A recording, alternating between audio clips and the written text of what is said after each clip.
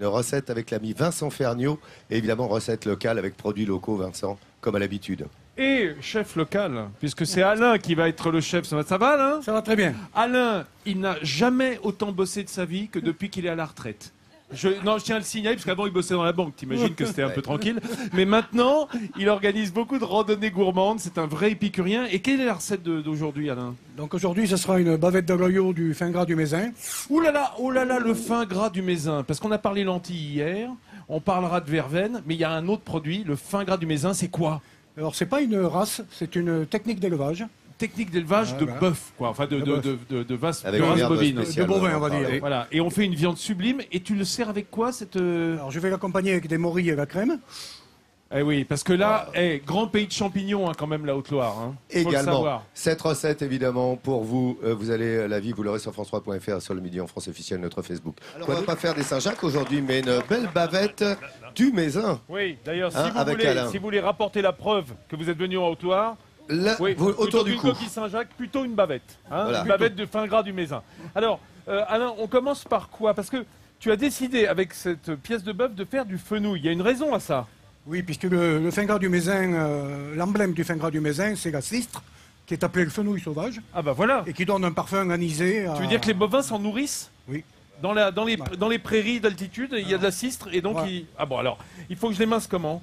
Ton fenouil en rouelle. En rouelle, en rondelle, quoi. On va le faire venir à, voilà. On va faire venir à l'huile d'olive. Voilà.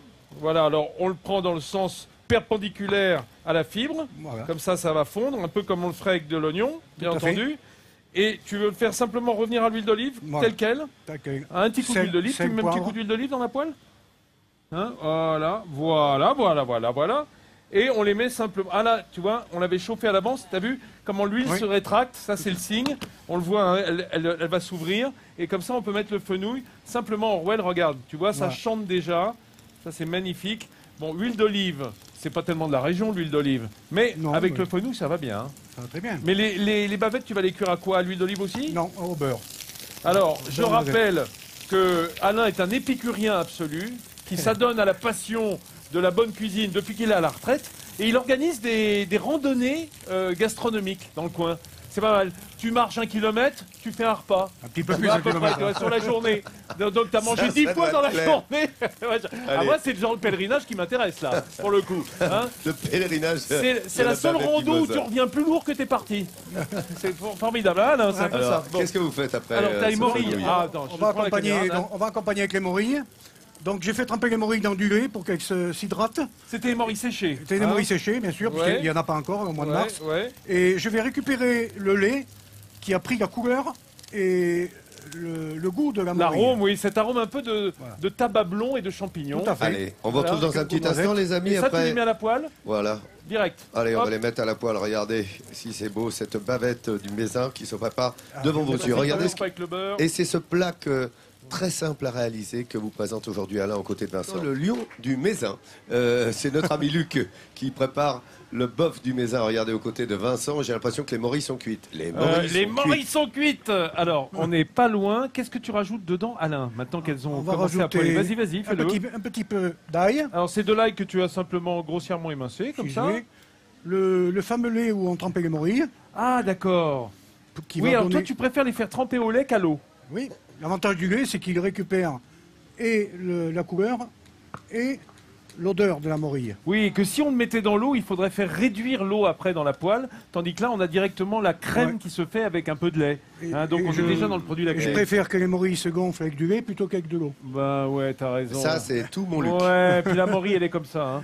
Alors voilà, donc là, elles vont en fait faire comme une éponge.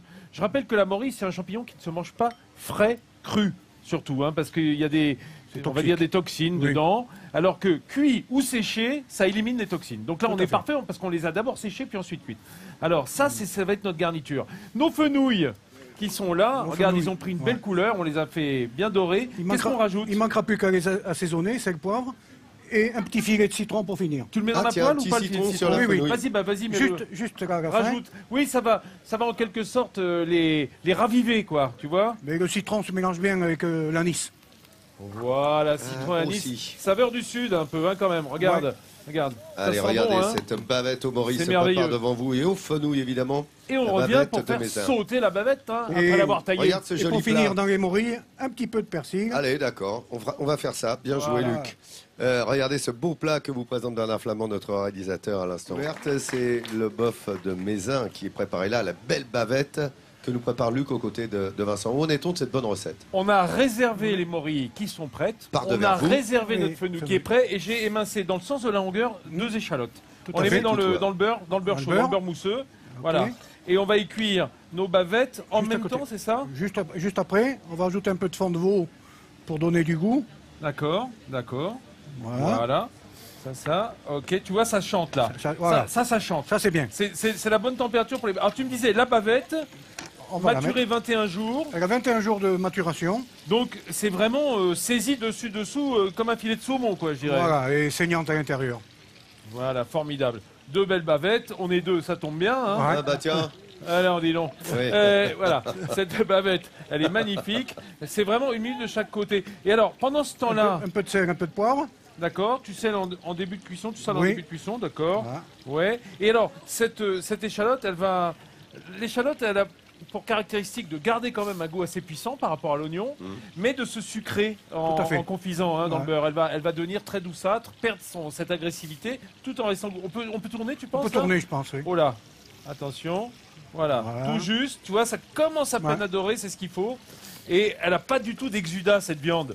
Parce qu'elle a bien maturé, voilà, ça ne rejette pas de la flotte dans la casserole, comme les mauvaises viandes poussées avec on ne sait quelle substance, des antibiotiques parfois, je ne sais pas. Et on préfère pas savoir. On préfère pas savoir. On voit que c'est du bel élevage parce qu'il n'y a pas 1 gramme d'eau dans la poêle. Voilà. Et ça, c'est toute la différence, mon cher Lolo. Voilà, il n'y a plus qu'à là. Cette viande de Mézin. On est bien là. Qui se prépare devant vous. On peut la commander chez son boucher, hein, cette viande de Mézin. Hein, on dit, voilà, je voudrais de la viande de Mézin. Du fin gras. Du fin gras du Mézin. Et il y a le mot gras dedans, attention. C'est persillé. Et Laurent, la particularité, c'est que c'est une viande de saison. C'est-à-dire qu'on ne peut pas l'avoir toute l'année. C'est là aussi l'intérêt, puisque, comme l'a expliqué notre ami... Elle est commercialisée de février à juin. Ça se joue, de février à juin, parce que c'est avec l'herbe qui a été mangée l'été précédent. De la viande de pâturage. Ce qui donne cette bonne persillade à la viande. Regardez ce plat, évidemment, se constitue devant vous avec Luc et Vincent. Tu as fait cette bavette aux côtés de... Regarde, c'est Alain qui a tout fait, pratiquement. Regarde bien. Voilà, on a commencé par s'occuper de ces fenouilles qu'on a mis dans l'huile d'olive. Les fenouilles, c'est la garniture. Puis ensuite, il a fait tremper ses morilles séchées dans le lait. On les a égoutées. Dans un peu de beurre, on a fait sauter les morilles avec un petit peu d'échalote, un peu d'ail. Voilà. Et ensuite, on va simplement... Voilà, ça, ce sont nos fenouilles qui sont bien dorées. On y mettra un petit coup de citron après. Là, on rajoute donc cette garniture aromatique et le lait qui avait servi, en fait, à retremper les morilles, et ensuite un peu de crème. Évidemment, la morille fait comme une éponge. C'est une éponge à crème, c'est ça qu'on aime quand on la croque. Et dedans, les fenouilles, on met quelques gouttes de citron pour réveiller un petit peu ce goût d'anisé. On l'a pas fait par hasard, c'est parce que les bœufs du Mézin se nourrissent de cette cistre qui est le fenouil sauvage. Donc on y retrouve un peu ce goût anisé. Vraiment très lointain. Ça va avec. Voilà, un petit peu de fond de veau dans les échalotes, la bavette, 1 minute de chaque côté, et Alain de la lentille et Pierre de l'artisou vont goûter cette fameuse bavette. Et Nathalie Schrangirma qui a très faim aussi. Non mais vas-y Nathalie, il y en a assez pour toi aussi. Je voulais filmer de plus près son travail, voilà. Oui, voilà. Regarde comme c'est beau. Elle est belle cette assiette. Comme c'est beau. Oh là là, on a tout. Alors, c'est bon. Hein. Et c'est bon. J'espère que c'est bon, dis donc. Attends, je vais goûter la morille. On va mettre quelques artisous dessus, attends, bouge pas. Voilà. Regarde, non, ils mettent de la carrière dessus. Mais c'est bon, hein. Poivre. Ben oui, c'est bon. Toutes les sauces, les mais tu as raison. Vous avez raison. Ce sont des bons acariens et ils apportent un goût un peu torréfié au fromage. Ça bonifie la croûte. Voilà. Vous apprenez beaucoup de choses évidemment sur cette Haute-Loire, vous l'avez compris, dans votre magazine de découverte que vous retrouverez dès demain matin à 10h50 ici au Puy-en-Velay. Mais il est bientôt midi en France.